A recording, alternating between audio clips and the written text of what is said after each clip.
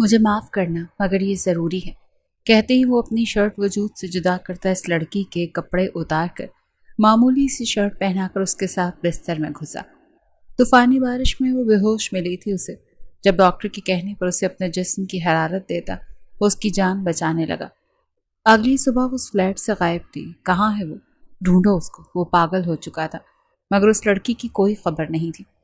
جب اچانک وہ اسے مل گئی، وہ لڑکی کوئی عام لڑکی نہیں بلکہ اس نے اپنے ہونٹوں کو پانی سے تر کرتے اس کے خشک ہونٹوں پر لب پھیرے، مگر مقابل ابھی بھی ساکت اور جامد تھی۔ تم کب آنکھ کھولو گی حریم؟ اس نے اس کے گال پر ہلکی سی تھپکی دی مگر کوئی جواب نہ ملا۔ اسے محسوس ہوا کہ یہ لڑکی جیسے کوئی بھنگ پی کر سوئی ہوئی ہے جس کے نشے سے وہ اب تک نہیں نکل پا رہی تھی۔ اذلان نے اس کے سر کو اپنے بازوں کا سہارا دیا اور گہرے لہجے میں بڑبڑایا، تمہاری یہ بے ہوشی بھی مجھے بے حال کر رہی ہے۔ اس نے مقابل کے کان پہ ناک ٹریس کرتے ہوئے کہا، وہ اب اس لڑکی آج کی دہاڑی کہاں ہے تمہاری؟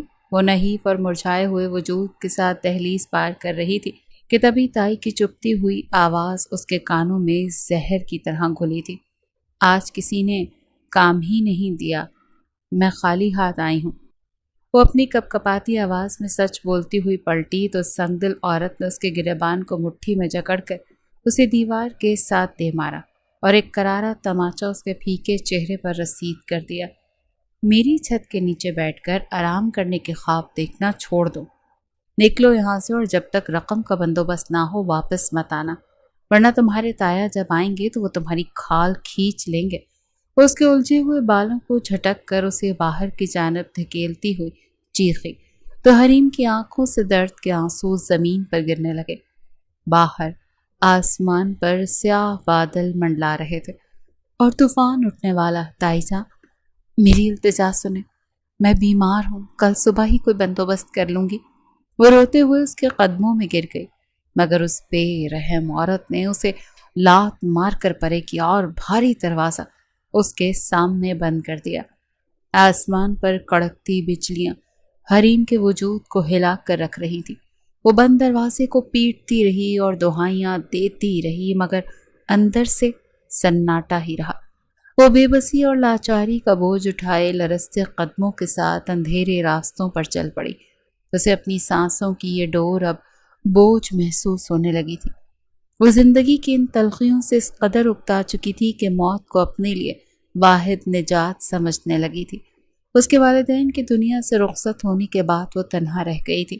شروع میں تایا تائی نے اسے اپنا کہہ کر گلے لگایا تھا مگر یہ سب صرف اس کی وراثت تک محدود تھا۔ جیسے ہی انہوں نے اس کی جائیداد کو عیاشیوں کی نظر کیا، ان کا اصلی چہرہ بے نقاب ہو گیا تھا۔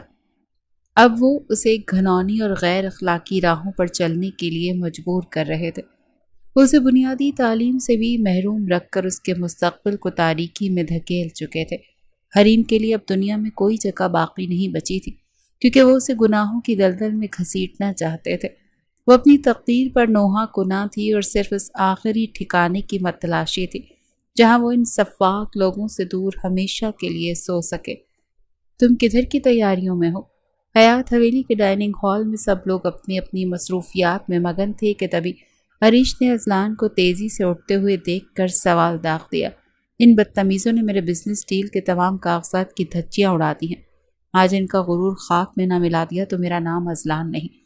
وہ شدید طیش کے عالم میں دھاڑتا ہوا باہر کی جانب لپکا تو عریش بھی اس کے قدموں کے ساتھ قدم ملا کر دوڑ پڑی۔ یہ بھلا کیسے ممکن تھا کہ اذلان طوفان بن کر نکلے اور عریش اس کے ساتھ نہ ہو؟ ناممکن۔ ان دونوں کا تو روز کا یہی تماشا ہے، ہم تو ان کی حرکتوں سے تنگ آ چکے ہیں۔ زویا بیگم نے ان دونوں کی طرف دیکھتے ہوئے بیزاری سے کہا تو دسترخوان پر موجود باقی سبھی افراد نے نفی میں سر ہلا دیے۔ یہ کوئی نئی بات تو نہ تھی بلکہ ان کا تو دستور ہی یہی تھا۔ جب بھی سکون سے دو نوالے کھانے بیٹھتے کوئی نہ کوئی ہنگامہ ضرور کھڑا ہو جاتا تھا۔ آپ بھی تو اپنی توجہ کھانے پر رکھیں، کیوں خواہ اپنا بلڈ پریشر بڑھا رہی ہیں؟ نواب حیات نے صورتحال کو سنبھالتے ہوئے اپنی اہلیہ کو مسکرا کر دیکھا تو نوجوان نسل نے ایک ساتھ قہقہہ لگاتے ہوئے ان دونوں کو تنگ کرنا شروع کر دیا۔ یہ تھا حیات ہاؤس کا شاہی خاندان جہاں کسی کے اداس ہونے کی گنجائش ہی نہیں تھی، پھر چاہے عمر کا کتنا ہی فرق کیوں نہ ہو۔ یہاں ہر کوئی ایک دوسرے کے رنگ میں رنگا ہوا تھا۔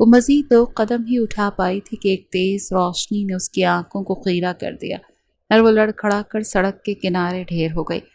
اذلان حیات کی گاڑی کے ٹائر سڑک پر چیختے ہوئے رکے اور عریش کے ساتھ اس کا دل بھی حلق میں آ کر اٹک گیا تھا۔ اگر 1 انچ کی بھی دوری نہ ہوتی تو وہ آج خود اپنے ہاتھوں سے اس لڑکی کو روند ڈالتے۔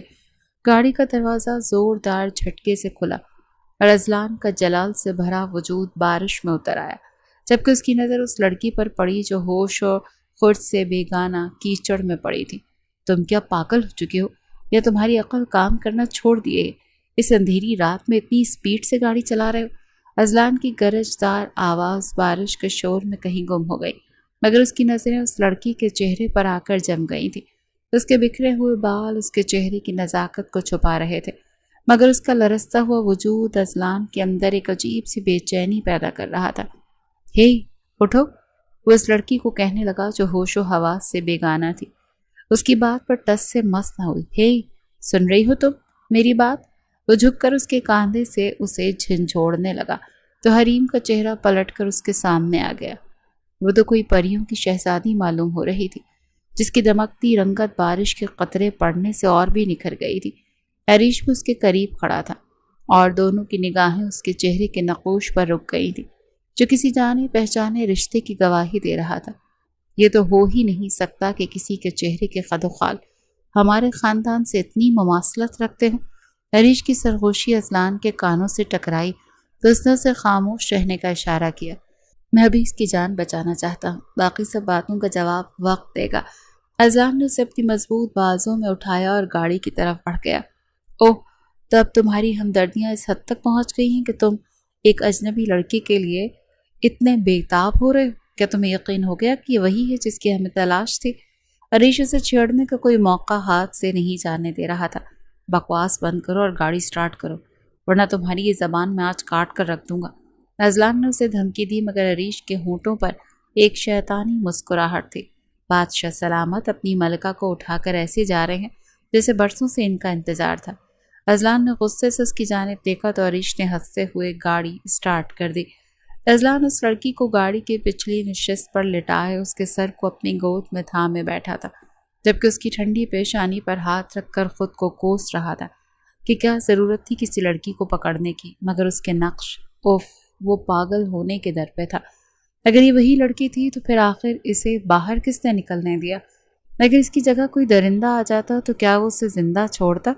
یہ سوچ سوچ کر ہی اذلان کا دماغ بھگ سے اڑ رہا تھا۔ راستے بھر عریش اپنی بکواس جاری رکھے ہوئے تھا کہ اگر یہ وہی لڑکی ہوئی تو اذلان کی تو قسمت بدل جائے گی اور اسے بیٹھے بٹھائے خوبصورت تحفہ مل جائے گا۔ اذلان کا پارا اب اس حد تک بڑھ چکا تھا کہ اسے عریش کا منہ توڑنے کا دل کر رہا تھا۔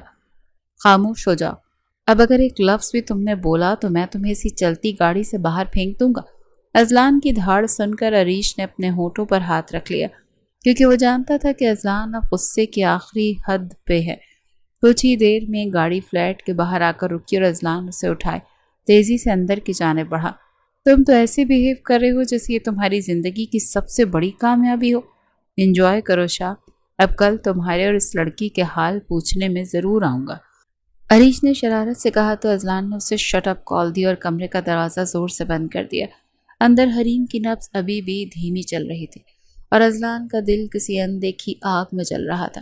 وہ جانتا تھا کہ اگر یہ لڑکی اس کے خاندان کی نشانی ہوئی تو ان تمام سفاک لوگوں کو صفحہ ہستی سے مٹا دے گا جنہوں نے اسے اس حال میں دربدر کیا تھا۔ اس نے حریم کے بالوں کو سمیٹا اور اسے ایک پرسکون بستر پر لٹا دیا۔ اب تم میرے حصار میں ہو اور تمہیں کوئی بھی میلی آنکھ سے نہیں دیکھ سکتا۔ وہ اس کے پاس بیٹھ کر خود سے کلام کر رہا تھا اور اپنے دل میں انتقام کی ایک نئی فصل بونے لگا تھا۔ حریم کی شکل میں سے اپنا کھویا ہوا ماضی مل چکا تھا اور اب اسے کسی بھی قیمت پر اپنے سے جدا نہیں کرے گا۔ فلیٹ کی خاموشی میں اس کے دل کی دھڑکنیں اور بھی تیز ہو رہی تھیں، کیونکہ اسے احساس ہو چکا تھا کہ یہ رات اس کی زندگی کو بدلنے والی ہے۔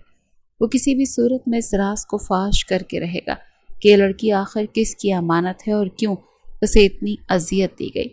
اذلان کے لیے اب صرف حریم کی جان اور اس کی حفاظت ہی سب کچھ تھا، اور وہ دنیا کی ہر حد پار کر کے اس کا محافظ بننے کا تہیہ کر چکا تھا۔ اس کی آنکھوں میں اب صرف حریم کے لیے نرمی تھی مگر باقی دنیا کے لیے خوفناک طوفان کا پیش خیمہ چھپا ہوا تھا۔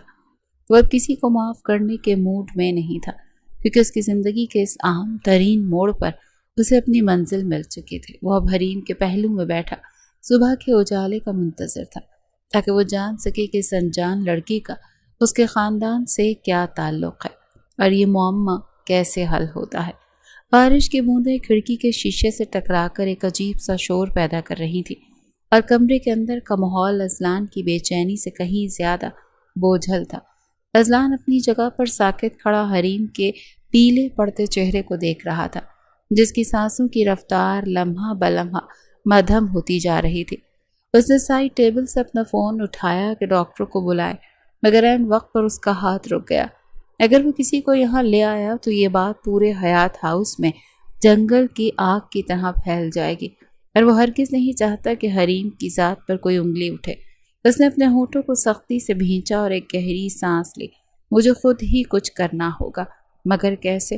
وہ ایک دیوانے کی طرح حریم کے قریب آیا اور اس کے گلے کے پاس اس دل کو تلاش کرنے لگا جو برسوں پہلے اس کی یادوں میں نقش ہو گیا تھا۔ جیسے ہی اس کی نظر اس کالے دل پر پڑی تو اس کے جسم میں ایک جھٹکا سا لگا۔ یہ وہی ہے۔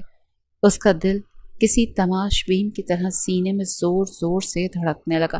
اس نے فوراً اپنے فیملی ڈاکٹر زہرا بیگم کو کال ملائی، جس کی آواز سنتے ہی وہ بوکھلا گیا۔ زہرا آنٹی، میرے ایک دوست کی بیگم بارش میں بھیگ کر نیم جاں ہو چکی ہے، اس کا جسم نیلا پڑ رہا ہے، مجھے بتائیں میں کیا کروں؟ اس نے اپنی گھبراہٹ چھپاتے ہوئے جھوٹ کا سہارا لیا تو زہرا بیگم نے تشویش سے اس کی بات لی۔ اچھا سنو، یہ حالت تو کافی کرٹیکل ہے، مگر چونکہ وہ اس کی بیوی ہے تو ایسا کرو کہ اسے فوری طور پر اپنی باڈی ہیٹ فراہم کرو، ورنہ ٹھنڈک اس کی جان لے گی۔ ان کی بات سن کر تو وہ دھک سے رہ گیا اور اگلے ہی لمحے اس نے فون بند کر دیا۔ وہ اپنی پیشانی پہ ہاتھ مارا۔ کیا یہ ممکن ہے؟ کیا میں اس کے اتنے قریب جا سکتا ہوں؟ وہ بھی تب جب وہ ہوش میں نہیں۔ نہیں، میں یہ نہیں کر سکتا۔ دل منکر ہوا تھا، مگر دماغ کہہ رہا تھا کہ کر دکھاؤ۔ دل اور دماغ کی اس جنگ میں وہ بری طرح سے پس رہا تھا، مگر اس کے پاس کوئی اور چارہ بھی تو نہیں تھا۔ اس نے حریم کے بھیگے ہوئے کپڑے تبدیل کروانے کا فیصلہ کیا اور الماری سے اپنی ایک شرٹ نکال کر لایا۔ لائٹ آف کرنے کا اسے خیال ہی نہیں آیا، کیونکہ اس کا دماغ اس وقت حریم کی زندگی بچانے پر مرکوز تھا۔ اس کے کانپتے ہاتھوں نے جب حریم کی شرٹ تبدیل کرائی تو اس کے وجود سے اٹھنے والی مہک نے اذلان کے ہوش اڑا دیے۔ وہ ایک لمحے کو لڑکھڑایا، مگر پھر اس نے ہمت کی اور شرٹ اتار کر صوفے پر پھینکتے ہوئے حریم کے ساتھ بلینکٹ میں گھس گیا۔ اس کی گرمائش اس کے جسم میں سرایت کرنے لگی۔ اس کا دل چاہا کہ اس کے جسم کو اپنے حصار میں لے کر ہمیشہ کے لیے اسے اپنی قید میں کر لے۔ رات بھر وہ اپنے بوسوں سے اسے حرارت پہنچاتا رہا۔ فجر کی پہلی کرن کے ساتھ ہی اس کے جسم کی نیلاہٹ غائب ہو چکی تھی۔ حریم کے خشک ہونٹ دیکھ کر اذلان کا دل بھر آیا۔ اگلی پل اس نے اپنے ہونٹوں کو پانی سے تر کرتے اس کے خشک ہونٹوں پر لب پھیرے، مگر مقابل ابھی بھی ساکت اور جامد تھی۔ تم کب آنکھ کھولو گی حریم؟ اس نے اس کے گال پر ہلکی سی تھپکی دی، مگر کوئی جواب نہیں ملا۔ اسے محسوس ہوا کہ یہ لڑکی جیسے کوئی بھنگ پی کر سوئی ہوئی ہے، جس کے نشے میں وہ اب تک نہیں نکل پا رہی ہے۔ اذلان نے اس کے سر کو اپنے بازوں کا سہارا دیا اور گہرے لہجے میں بڑبڑایا، تمہاری یہ بے ہوشی بھی مجھے بے حال کر رہی ہے۔ اس نے مقابل کے کان پر ناک ریز کرتے ہوئے کہا۔ وہ اب اس لڑکی کا غلام بن چکا تھا جس نے آتے ہی اس کی زندگی میں طوفان کھڑا کر دیا تھا۔ وہ کسی سے نہ دبنے والا انسان آج ایک چھٹانگ بھر کی لڑکی کے لیے اپنی تمام ترانہ اور ضد کو پاؤں تلے روند رہا تھا۔ وہ کسی بھی قیمت پر اب اسے خود سے دور جانے نہیں دینے والا تھا۔ اس کے دل میں اب ایک ہی خواہش تھی کہ حریم آنکھیں کھولے اور اسے بتائے کہ آخر اس کے ساتھ یہ ظلم کس نے کیا، تاکہ وہ انتقام کی اگلی داستان رقم کر سکے۔ وہ اس کے پاس بیٹھا صبح کے منظر کو تک رہا تھا اور حریم کی دھڑکنوں کو اپنی دھڑکنوں کے ساتھ ہم آہنگ ہوتا محسوس کر رہا تھا۔ یہ لمحہ اس کی زندگی کا سب سے انمول لمحہ تھا، جس میں وہ خود کو صرف حریم کا محافظ سمجھ رہا تھا۔ کمرے میں سناٹے کا راج تھا اور اذلان اپنی جگہ پر ساکت حریم کے چہرے کو تک رہا تھا۔ یوں کہا جائے کہ کسی معاملے کو حل کرنے کی کوشش کر رہا تھا۔ اس کی کچن میں جا کر کچھ پھل اور کھانے کی اشیاء ٹرے میں سجائیں اور کمرے میں واپس آ گیا۔ اس کا دل اب ڈر رہا تھا کہ حریم کی کمزوری کہیں جان لیوا نہ ثابت ہو۔ اس کے قریب بیٹھا تو حریم یوں ہی بے ہوش تھے۔ اذلان نے نرمی سے اسے سہارا دیتے ہوئے چمچ سے سوپ پلانے کی کوشش کی۔ تھوڑا سا سوپ اس کے ہونٹوں کو چھو کر اندر اتر گیا تو حریم کی آنکھیں آہستہ آہستہ کھلنے لگیں۔ میری طرف دیکھو اور کچھ کھا لو ورنہ تمہاری یہ کمزوری تمہیں دوبارہ بے ہوش کر دے گی۔ اذلان کی آواز میں نرمی تھی جس کا وہ خود بھی عادی نہیں تھا، مگر حریم کی پلکیں دوبارہ بوجھل ہو کر گر گئیں۔ کیا اللہ، یہ کیسی مصیبت میں مجھے مبتلا کر دیا ہے، اس لڑکی کی جان کو بھی خطرہ اور میری عقل کو بھی۔ اذلان نے آسمان کی طرف دیکھتے ہوئے کہا اور خود بھی وہیں تھک کر بیٹھ گیا کہ صبح اس سے تمام حقائق اگلوا سکے گا۔ کچھ پل اسے دوبارہ نیند میں غرق ہوتے دیکھ وہ اپنا سر جھٹکتا وہاں سے نکلتا چلا گیا۔ یہ لڑکی اس کے دماغ کے فیوز ہلا رہی تھی۔ صبح کی پہلی کرن نے جب حریم کی آنکھوں کو چھوا تو وہ ایک جھٹکے سے اٹھ بیٹھی اور ارد گرد کا اجنبی منظر دیکھ کر اس کا دل زور زور سے دھڑکنے لگا۔ اسے کل رات کا سب قصہ یاد آ گیا کہ کیسے وہ بارش میں بھیگتی ہوئی یہاں تک پہنچی تھی۔ وہ جلدی سے بیڈ سے نیچے اتری اور دروازے کی طرف لپکی، مگر گھر میں مکمل سکوت چھایا ہوا تھا۔ اس کے دماغ میں اپنی تائی کا وہ شفاف چہرہ اور ان کی گالیوں سے بھری آوازیں گونجنے لگیں کہ اگر آج خالی ہاتھ گھر لوٹی تو وہ زندہ نہیں بچے گی۔ میں نے تائی کو پیسے نہیں دیے، وہ مجھے مار ڈالیں گے، مجھے فوراً کچھ انتظام کرنا ہوگا۔ اس نے کپ کپاتے ہاتھوں سے بلینکٹ ہٹاتے اپنا قدم باہر کی جانب بڑھائے۔ وہ نہایت خوبصورت جگہ تھی مگر یہاں کوئی بھی زیر و نہیں تھا۔ اس نے کسی اور کمرے میں جانے کی غلطی نہیں کی تھی۔ وہ یہاں وہاں دیکھتی واپس اسی روم میں آئی جب اس کی نگاہ وارڈروب پر پڑی۔ بے ساختہ اس کا دل دھڑکا تھا۔ اتنا امیر گھر ہے، کچھ تو مل ہی جائے گا۔ یہ سوچ آتے ہی وہ ہر چیز فراموش کر گئی۔ اس نے الماری کا رخ کیا اور دیوانہ وار چیزیں پھینکنے لگی تاکہ اسے کچھ قیمتی مل جائے۔ وہ اپنی جان بچانے کی کسی بھی حد تک جانے کو تیار تھی اور ضمیر کی آواز اس کے لیے اس وقت کوئی معنی نہیں رکھتی تھی۔ دوسری طرف اذلان اپنے کمرے میں بیٹھ کر اپنے فون پر یہ تماشا دیکھ رہا تھا اور اسے اپنی آنکھوں پر یقین نہیں آ رہا تھا کہ ایک نازک سی لڑکی چوری کی کوشش کر رہی ہے۔ وہ چاہتا تو اسے پکڑ سکتا تھا مگر وہ دیکھنا چاہتا تھا کہ آخر اس کے پیچھے کتنی بڑی مجبوری چھپی تھی۔ حریم نے الماری کے نچلے حصے میں ایک بھاری باکس دیکھا تو اس کی آنکھوں میں چمک آ گئی۔ اس نے اسے کھولا تو اندر نوٹوں کے انبار دیکھ کر اس کا سانس ایک لمحے کے لیے رک گیا۔ اتنے پیسے کہ اس کی تائی کی ساری زندگی کی ضروریات پوری ہو جائیں گی، مگر وہ لالچی نہیں تھی۔ اس نے صرف چند نوٹ نکالے تاکہ تائی کا منہ بند کر سکے۔ اذلان یہ سب دیکھ کر حیرت کے سمندر میں ڈوب گیا کہ ایک ایسی عجیب لڑکی ہے جو لاکھوں کو چھوڑ کر چند روپوں پر اکتفا کر رہی ہے۔ حریم نے پیسے اپنے دوپٹے سے باندھے اور باہر کی طرف بھاگی کیونکہ اسے کسی صورت تائی کے غیظ و غضب سے بچنا تھا۔ لاؤنج میں پہنچتے ہی اس کی نگاہیں پھر سے یہاں وہاں لوگوں کو تلاش کرنے لگیں مگر اسے کوئی بھی نہ ملا۔ شکر کا کلمہ پڑھتی وہ اپنا قدم باہر کی جانب بڑھا گئی۔ اذلان نے اپنے گارڈ کو اشارہ کر کے باہر کا دروازہ کھلوا دیا تاکہ اسے جانے میں کوئی رکاوٹ نہ ہو۔ باہر نکلتے ہوئے حریم کو اپنے سر پر دوپٹے کی کمی محسوس ہوئی تو وہ واپس پلٹی اور الماری میں سے ایک دوپٹہ ڈھونڈنے لگی۔ تبھی اسے خیال آیا کہ یہ گھر تو کسی مرد کا ہے اور کسی نے اس کے کپڑے بھی بدلے ہیں۔ اس سوچ نے اسے اندر تک ہلا کر رکھ دیا اور وہ زار و قطار رونے لگی۔ تبھی اس کی نظر ایک کونے میں پڑے اپنے سوکھے ہوئے کپڑوں پر پڑی۔ اس کی نم آنکھوں نے ایک دفعہ پھر سے چمک اٹھی۔ آگے بڑھتے اس نے کپڑوں کو پکڑا اور وہ واش روم میں گھسی تھی اور اگلے ہی پل کپڑے بدلتی وہ پرانے روپ میں واپس آ چکے تھے۔ کپڑے کیسے بدلے گئے تھے اسے کوئی پرواہ نہیں تھی۔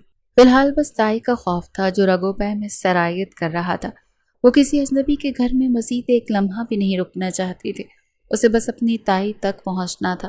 کدھر تھی تو؟ ہاں، کس باپ کے ساتھ منہ کالا کر کے آ رہی ہے؟ ذرا ہمیں بھی تو پتہ چلے۔ جب وہ گھر میں داخل ہوئی تو تائی نے اسے دیکھتے ہی طوفان کھڑا کر دیا۔ آپ کو پیسے چاہیے تھے تو یہ لیں، اب میرا پیچھا چھوڑ دیں۔ حریم نے تائی کے ہاتھ میں پیسوں کی گڈی پکڑا دی تو وہ حیرت سے ساکت رہ گئی۔ اتنے پیسے آخر یہ کہاں سے لا سکتی ہے؟ اس کمبخت نے ضرور کوئی غلط کام کیا ہوگا۔ تائی کے دل میں لالچ اور بھی بڑھ گیا اور وہ اسے مزید ایسی جگہوں پر بھیجنے کے خواب دیکھنے لگی۔ حریم نے تھک کر کھانے کا مطالبہ کیا تو تائی خوشی سے کچن کی طرف بھاگی۔ آج جیسے اس نے تائی کے ہاتھوں میں نوٹوں کی گڈیاں دی تھیں، وہ ساری زندگی بھی اسے اچھے اچھے کھانے دینے کو تیار تھی۔ بس بدلے میں اسے اب روز یہی کام کرنا ہوگا جس کی بدولت ان کے ہاں کافی زیادہ دولت آ سکے۔ باہر گاڑی میں بیٹھا اذلان یہ سارا منظر دیکھ رہا تھا اور اس کی آنکھوں میں غصے اور تشویش کا ملا جلا طوفان تھا۔ کیا یہ لڑکی اسی سفاک عورت کی بیٹی ہے؟ مگر نہیں، وہ ان کی بیٹی کیسے ہو سکتی ہے؟ اذلان حیات کے وجود کا حصہ اس قدر شفاف خون سے پیدا نہیں ہو سکتا۔ اس کا سر خود بخود نفی میں ہل رہا تھا۔ وہ جو کوئی بھی تھی حریم کو استعمال کر رہی تھی، اور یہی چیز اس مرد کو آگ لگا رہی تھی کہ آخر وہ اس کی حریم کو کیسے استعمال کر سکتی ہے۔ کون تھی آخر وہ عورت؟ اور حریم اس کے ماں باپ کدھر تھے؟ اس کے ذہن میں طرح طرح کے وسوسے اٹھ رہے تھے، مگر اس کے پاس کسی بھی چیز کا جواب نہیں تھا۔ سوال کافی تھے پر جواب کوئی نہیں تھا۔ اگلے ہی پل اسے اپنے دل اور دماغ کی جنگ سے تنگ آ کر اس نے اپنے اسسٹنٹ کو کال کی اور حریم کی پوری زندگی کی معلومات نکالنے کا حکم دیا، کیونکہ اب وہ اسے مزید ان درندوں کے رحم و کرم پر نہیں چھوڑ سکتا تھا۔ میرے ہاتھ چھوڑو، یہ بدتمیزی بند کرو، تم لوگ مجھے یہاں کیوں لائے ہو؟ اذلان اپنے کیبن میں بیٹھا پوری صورتحال کا جائزہ لے رہا تھا، جبکہ اسسٹنٹ حریم کی فریادوں سے اکتا کر اسے اندر دھکیل کر خود باہر نکل گیا تھا۔ تم چپ چاپ اندر چلی جاؤ، یہی تمہارے حق میں بہتر ہے۔ حریم نے نفرت سے اسے دیکھا اور جھٹکے سے خود کو چھڑوانے لگی، مگر اذلان نے تیزی سے اسے اندر کھینچ کر دروازہ بند کر دیا۔ کون ہو تم اور کس قدر بے شرم اور ظالم ہو تم؟ آفس مکمل خالی تھا، کیونکہ اذلان کا سخت حکم تھا کہ کوئی خلل نہ ڈالے۔ جواب دو، تم کون ہو اور یہ سب ڈرامہ کیا ہے؟ وہ کسی بفری ہوئی شیرنی کی طرح دھاڑی تھی، جبکہ اذلان اس کے سامنے کھڑا اسے کسی شکاری کی طرح دیکھ رہا تھا۔ اس نے حریم کی ٹھوڑی تھام کر اپنی نظریں اس کی آنکھوں میں گاڑ دیں۔ جاننا چاہتی ہو کون ہوں میں؟ وہ اس کی جانب دیکھتے ہوئے پوچھنے لگا تو حریم نے اس بات میں سر ہلایا۔ میں وہی شخص ہوں جس کے گھر سے تم کو چرا کر بھاگی تھی، یاد ہے یا کرواؤں یاد؟ وہ اس کے چہرے پر انگلی ٹریس کر کے بولا تو اس کے دھیمے لہجے نے حریم کی سانسیں روک دیں۔ وہ خود سے کپ کپ آنے لگی، اس کی آنکھیں آخری حد تک کھل گئی تھی۔ یہ کیا کہہ رہا تھا وہ؟ جبکہ اذلان نے اس کی لرزتی ہوئی حالت دیکھ کر اپنے چہرے کے تاثرات مزید نرم کر لیے۔ اس کا ارادہ اس کو خوفزدہ کرنے کا نہیں تھا۔ دیکھیں، میری بات سنیں، آپ کو بہت بڑی غلط فہمی ہوئی ہے، میرا اس سب سے کوئی تعلق نہیں۔ وہ مکرتے ہوئے اپنی جان چھڑوانے لگی تو اذلان نے اس کا جبڑا سختی سے دبوس لیا۔ کیا سچ میں غلط فہمی ہے یا خود پولیس کو کال کروں؟ وہ جانتا تھا کہ سچ کیسے اگلوانا ہے۔ پولیس کا نام سنتے ہی حریم کی ہمت جواب دے گئی۔ کیوں؟ وہ پولیس کو کیوں؟ اس نے سپیڈ پکڑتے اپنے لبوں کو تر کرتے پوچھا تو اذلان نے بمشکل مسکراہٹ دبائی۔ پھر بتاؤ، کیوں کی تھی چوری؟ اس نے مقابل کی آنکھوں میں آنکھیں ڈال کر پوچھا تو حریم بے بسی سے لب دبانے لگی۔ ٹھیک ہے، میں مانتی ہوں میں نے وہ چیزیں لی تھی، مگر خدا کے لیے مجھے معاف کر دیں، میں دوبارہ ایسی حرکت کبھی نہیں کروں گی۔ وہ اچانک سے روتے ہوئے اذلان کے آگے منتیں کرنے لگی تو اذلان تو بوکھلا کر رہ گیا۔ ہاں، وہاں سے ڈرانا چاہتا تھا وہ اسے، مگر اسے رلانا نہیں چاہتا تھا۔ مجھے پولیس کے حوالے مت کریں، میں مر جاؤں گی۔ حریم کو اپنا انجام سوچ کر ہی موت یاد آنے لگی۔ کیا پولیس اسے پھانسی دے دے گی؟ یہ سوچ آتے ہی اس کا رنگ پھیکا پڑا تھا، جبکہ اذلان پرسوچ نگاہوں سے اسے دیکھنے لگا۔ میں تمہیں بچا سکتا ہوں، مگر میری ایک شرط ہے۔ وہ یہ کرنا تو نہیں چاہتا تھا، مگر مقابل سے سب کروا رہی تھی۔ نہ چاہتے ہوئے بھی نہ جانے کیوں اذلان نے یہ غیر متوقع بات کہہ دی۔ وہ خود بھی حیران تھا۔ کیا آپ بھی مجھے کوئی مجرمانہ کام کرنے کو کہیں گے؟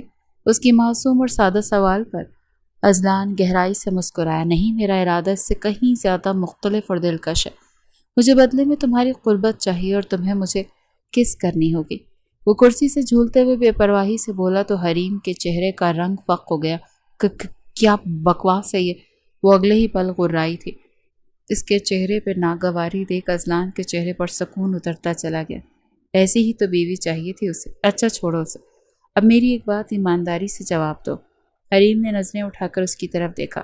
تمہاری ماں کہاں ہے؟ اذلان نے یہ پوچھنا نہیں چاہتا تھا، مگر الفاظ بے اختیار لبوں پر آ گئے۔ وہ اس دنیا میں نہیں رہی۔ حریم کا جواب سن کر اذلان کے پیروں تلے سے زمین نکل گئی۔ کیا مطلب؟ کیا کہہ رہی ہو تم؟ وہ حیرت اور کرب سے اپنی جگہ سے کھڑا ہو گیا۔ جی ہاں، وہ انتقال کر چکی ہیں۔ حریم کے لہجے میں ایک عجیب سی سرد مہری تھی۔ اور تمہارے والد کہاں ہیں؟ اذلان اب مزید کوئی بھیانک سچ سننے کی سکت نہیں رکھتا تھا۔ وہ تو بہت پہلے ہی چھوڑ گئے۔ تو تم کس کے پاس رہتی ہو؟ اسے اپنی آواز کسی کھائی سے آتی محسوس ہو رہی تھی۔ تائی کے ساتھ، اس نے سنجیدگی سے اپنے کاندھے اچکاتے جواب دیا تو اذلان دھک سے رہ گیا۔ اوہ تائی، یہ عورت! وہ اپنے بال نوچنے کے در پہ تھا۔ یہ عورت اس کی حریم سے یہ کام کروا رہی تھی، مطلب یہ سب کام وہ مجبوری میں کر رہی تھی۔ اس کا دل پھٹنے کو تھا۔ کتنی مشکلیں دیکھ رہی تھی یہ لڑکی اپنی زندگی میں، وہ سمجھ گیا تھا۔ اس کے ہر غلط کام کی وجہ ان درندوں میں ہرگز نہیں چھوڑوں گا۔ وہ غصے سے لال ہوتے ہوئے چیخا تھا جب حریم اس کی چیخ پر ڈر کر اچھلی تھی، مگر وہ بنا اس کے ڈرنے کی پرواہ کی اپنے قدم اس کی جانب بڑھاتا حریم کا ہاتھ پکڑ کر اسے اپنے ساتھ لیے حویلی کی جانب بڑھ گیا تھا۔ حویلی کے بڑے ہال میں جیسے قیامت اتر آئی تھی۔ اذلان کے الفاظ سب کے اعصاب پر بجلی بن کر گرے تھے کہ حریم اس کی منقوحات۔ خود حریم بھی اپنے کانوں پر یقین کرنے سے قاصر تھی کہ یہ خواب ہے یا حقیقت۔ جی ہاں، یہ سچ ہے، اور بابا چاچو اس بات کے گواہ۔ اذلان نے اپنے باپ اور چچا کو بھی اچانک اس طوفان میں لپیٹ میں لے لیا تھا، جو سے یوں اچانک سب کچھ اپنے پر ڈالتے دیکھ کر بوکھلا گئے تھے۔ کیا کہہ رہے ہو تم؟ ہم کب گواہ بنے؟ دونوں نے گھبرا کر مکرنا چاہا، مگر اذلان کی گہری اور وارننگ دیتی نظروں نے انہیں ایسا کرنے سے روک دیا، ورنہ وہ حویلی میں مزید تماشا کھڑا کر سکتا تھا۔ قاسم شاہ نے اپنی بیوی کو اپنی جانب اٹھتی شکایتی نظروں کو دیکھ کے گہری سانس لی اور ماضی کے دریچے کھولنا شروع کیے۔ برسوں پہلے مہرین ہمارے پاس آئی تھی، وہ زاروں قطار رو رہی تھی اور حریم اس کے ساتھ تھی۔ اس کا کہنا تھا کہ اس کا شوہر نشے میں اس قدر غرق ہو چکا ہے کہ اب وہ کسی بھی وقت اپنی بیٹی کا سودا کر سکتا ہے۔ اس نے اپنی جھولی پھیلا کر مجھ سے حریم کے لیے اذان کا ہاتھ مانگا تھا، کیونکہ اسے صرف میرا گھر محفوظ لگا تھا۔ اس کی حالت اتنی بری تھی کہ میں انکار نہ کر سکا، اور اسی دن میں نے اذلان کو اسکول سے بلوا کر ان کا نکاح پڑھوا دیا تھا۔ مہرین کے جانے کے بعد میں نے اپنے آدمیوں کو اس کی حفاظت کے لیے لگا دیا تھا، مگر اس کی ضد تھی کہ وہ حویلی میں قدم نہیں رکھے گی، اور پھر ایک دن وہ میرے آدمیوں کی نظروں سے ایسی اوجھل ہوئی کہ آج تک اس کا کوئی سراغ نہیں مل سکا۔ قاسم شاہ کی آنکھوں میں نمی تھی، جبکہ باقی سب ساکت اور جامد ان کی باتیں سن رہے تھے۔ پورا ماحول سوگوار ہو چکا تھا۔ دی جان حریم کو گلے لگا کر رو رہی تھی، کیونکہ یہ ان کی مرحومہ بیٹی کی آخری نشانی تھی۔ تم سب ذرا اس سے مل لو اور اس کا خیال رکھو، میں بھی اس کے دشمنوں سے حساب چکتا کر کے آتا ہوں۔ اذلان نے سرد لہجے میں کہا تو حریم نے فوراً اسے ٹوکا، پلیز انہیں کچھ مت کہیے گا، انہوں نے مجھے اپنے گھر میں پناہ دی تھی۔ حریم کا یہ معصوم پن دیکھ اذلان کو غصہ آیا۔ یہ لڑکی اپنے دشمنوں کا دفاع کر رہی ہے؟ ہاں، جیسے پالا ہے وہ میں اچھی طرح جانتا ہوں، نظر آ رہا ہے کیسے پالا ہے۔ اذلان طنزی انداز میں بولتا ہوا وہاں سے نکل گیا، جبکہ حریم کی نگاہیں اس کے جانے کا راستہ دیکھتی رہ گئیں۔ اذلان نے سب کے سامنے اس کے چور ہونے کا ذکر تک نہیں کیا تھا، جو حریم کے دل کو چھو گیا تھا۔ وہ اس کی عزت رکھ گیا تھا، اس سوچنے نہ چاہتے ہوئے بھی اسے سرشار کر دیا تھا۔ رات کے دوسرے پہر جب اذلان حویلی لوٹا تو حریم لاؤنج میں اس کی منتظر کھڑی تھی۔ شکر ہے بھائی آپ آ گئے، ورنہ حریم تو آپ کے انتظار میں پتھر بن چکی تھی۔ نور کی آواز سن اذلان کی نظریں حریم پر جم گئیں، جو نیند اور تھکن سے نڈھال تھی۔ وہ لوگ کہاں ہیں؟ آپ نے انہیں کیا کیا؟ حریم کا پہلا جملہ سن اذلان کا سارا سکون غارت ہو گیا۔ اس کا دل چاہا وہ اسے جھڑک دے کہ اسے ابھی بھی ان لوگوں کی فکر ہے۔ شوہر تھکا ہارا گھر آیا، مجال ہے جو اس کی خیر خیریت پوچھی ہو، مگر نہیں، اسے تو ان درندوں کی فکر تھی۔ دیتا ہوں جواب، بلکہ ایسا کرو میرے کمرے میں آؤ، وہاں جواب ملے گا۔ اذلان اس کے قریب سے گزرتے ہوئے سرگوشی کر کے اوپر کی طرف بڑھ گیا۔ نور، میرے بچے کھانا بھابھی کے ہاتھ سے میرے کمرے میں بھجوا دو۔ اذلان نے پیچھے مڑ کر پیار سے نور کے سر پر ہاتھ رکھ کر کسی اور کو حکم دیا تو حریم کا چہرہ شرم سے تمتما اٹھا۔ جی بھائی، ابھی بھجواتی ہوں۔ نور نے مسکراتے ہوئے سر خم کیا اور حریم کی جانب معنی خیزی سے دیکھا۔ اوئے ہوئے، روم میں کھانے وہ جان بوجھ کر شرارتی لہجے میں گویا ہوئی تو حریم اسے آنکھیں نکال کر رہ گئی۔ کچھ ہی دیر میں وہ کچن کی جانب گئی۔ حریم کے قدم بوجھل تھے، مگر اذلان کے حکم کی تعمیل کیے بغیر تو اس کے پاس اور کوئی چارہ ہی نہیں تھا۔ اذلان کو اچھی طرح سے معلوم تھا کہ حریم کو کیسے اپنی حدود میں لانا ہے، اور آج کی رات بہت کچھ بدلنے والی تھی۔ حریم اپنے دل کی دھڑکنوں کو سنبھالتی ہوئی اذلان کے کمرے کی طرف بڑھی تھی۔ چند ہی لمحوں کے بعد حریم کھانے کی ٹرے سنبھالے اذلان کے کمرے کے اندر داخل ہو گئی تھی۔ دروازے پر دستک دینا تو اس کی عادت میں شامل نہیں تھا، کیونکہ اسے تمیز اور تہذیب کے آداب کبھی سکھائے ہی نہیں گئے تھے۔ حریم کا یوں بے باک انداز میں کمرے میں داخل ہونا اذلان کو اچھا لگا، اور اس نے اسے ستائشی نظروں سے دیکھا۔ کھانا وہاں ٹیبل پر رکھ کر یہاں میرے پاس آؤ۔ حریم ابھی بھی ٹرے تھامے وہیں کھڑی تھی تو اذلان نے اسے اشارے سے ٹیبل کی جانب متوجہ کیا۔ ٹھیک ہے، ابھی رکھتی ہوں۔ حریم نے اس بات میں سر ہلایا اور ٹرے ٹیبل پر سجا دی۔ اس نے اس کی فرما برداری کرنے کی مکمل ٹھان رکھی تھی۔ اب بتائیں، میرے تایا تائی کہاں ہیں؟ کیا کیا آپ نے ان کے ساتھ؟ جس حال میں وہ دونوں ہیں، آپ نے مارا تو نہیں انہیں؟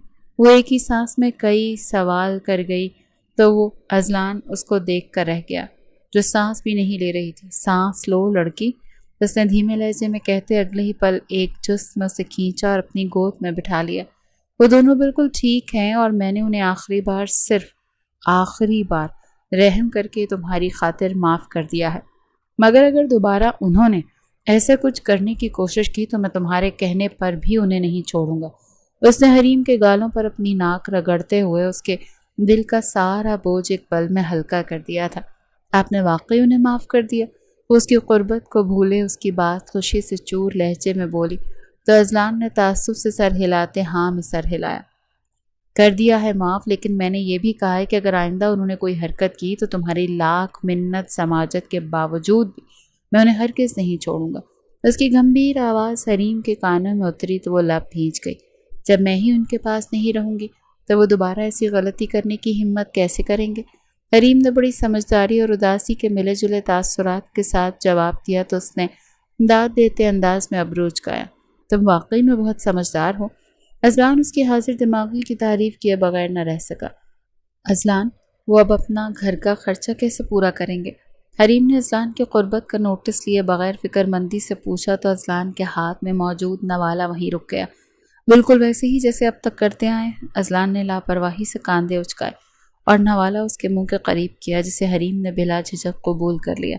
لیکن پہلے تو میرا گھر میری چوریوں ہی سے چلتا تھا۔ حریم نے بڑے معصومانہ انداز میں یہ بات کہی تو اذلان کا قہقہا کمرے کی فضاؤں میں گونج اٹھا۔ کیا تم سچ کہہ رہی ہو؟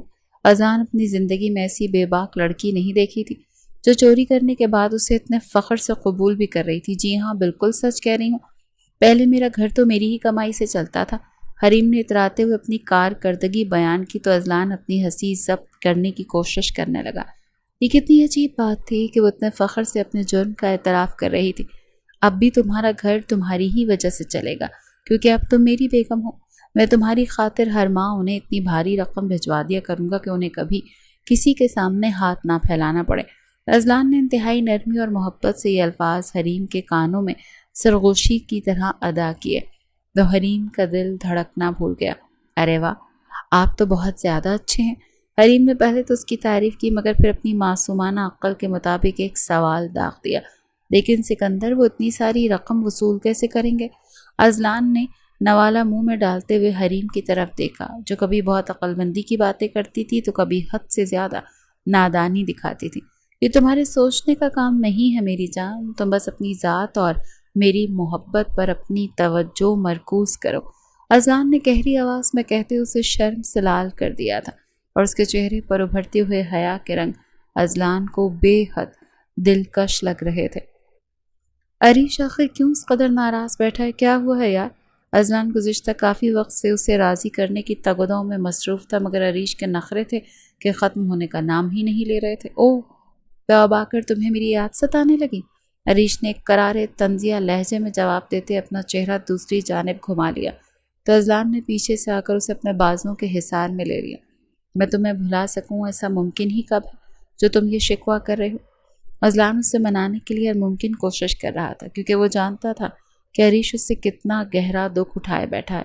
یار دیکھو، تم اچھی طرح جانتے ہو کہ وہ اتنے طویل عرصے کے بعد مجھے ملی ہے اور اسے میرے ساتھ مانوس ہونے میں وقت درکار ہے، اسی لیے میں اس کے ساتھ زیادہ وقت صرف کر رہا ہوں تاکہ وہ اجنبیت ختم ہو سکے، مگر اس کا یہ مطلب تو ہرگز نہیں کہ میں تمہیں اپنی زندگی سے نکال چکا ہوں۔ اذلان نے پوری سنجیدگی اور خلوص کے ساتھ اسے سمجھانے کی کوشش کی تو عریش شاہ نے مڑ کر اذلان کی آنکھوں میں دیکھا، جس میں گہرا پیار اور اپنائیت عیاں تھی۔ تم مجھے کبھی نظر انداز تو نہیں کرو گے نا؟ نہ جانے کیوں عریش کے دل میں اذلان کی توجہ کھو دینے کا ایک شدید خوف اور بے چینی پیدا ہو رہی تھی۔ میں تمہیں کیسے بھول سکتا ہوں میرے دوست، کیونکہ اگر تم میری زندگی سے نکل گئے تو میرے وجود میں باقی ہی کیا بچے گا؟ اذلان جذباتی ہو کر اسے اپنے گلے سے لگا گیا اور اس کی آواز میں ایک ایسی شدت تھی جس نے عریش کے دل کی ساری کدورتیں دھو ڈالی تھی۔ عریش نے سکون کا ایک لمبا سانس لیا اور اپنی آنکھیں مونتے ہوئے اذلان کے گرد اپنے بازو لپیٹ لیا۔ وہ اس مرد پر اپنی جان نچھاور کرنے کو تیار تھا، کیونکہ اذلان اس کا کزن ہونے کے ساتھ ساتھ اس کا سب سے بہترین اور وفادار دوست بھی تھا۔ اس رشتے میں ایک ایسی مضبوطی اور تقدس تھا جو کسی بھی غلط فہمی سے ٹوٹ نہیں سکتا تھا۔ چلو بندر چلو، ورنہ سب وہاں ہمارا انتظار کرتے کرتے تھک جائیں گے۔ اذلان نے شفقت اور نرمی سے اسے مخاطب کیا اور پھر دونوں دوستوں نے ایک دوسرے کا ہاتھ تھامے حویلی کے اندر قدم رکھا، جہاں ان کے مستقبل کی خوشیاں اور روشن امیدیں ان کا استقبال کرنے کو منتظر تھیں۔ یہ لمحہ ان کی دوستی کی نئی داستان رقم کر رہا تھا، جہاں کوئی شکایت اور کوئی دوری باقی نہیں رہنی تھی۔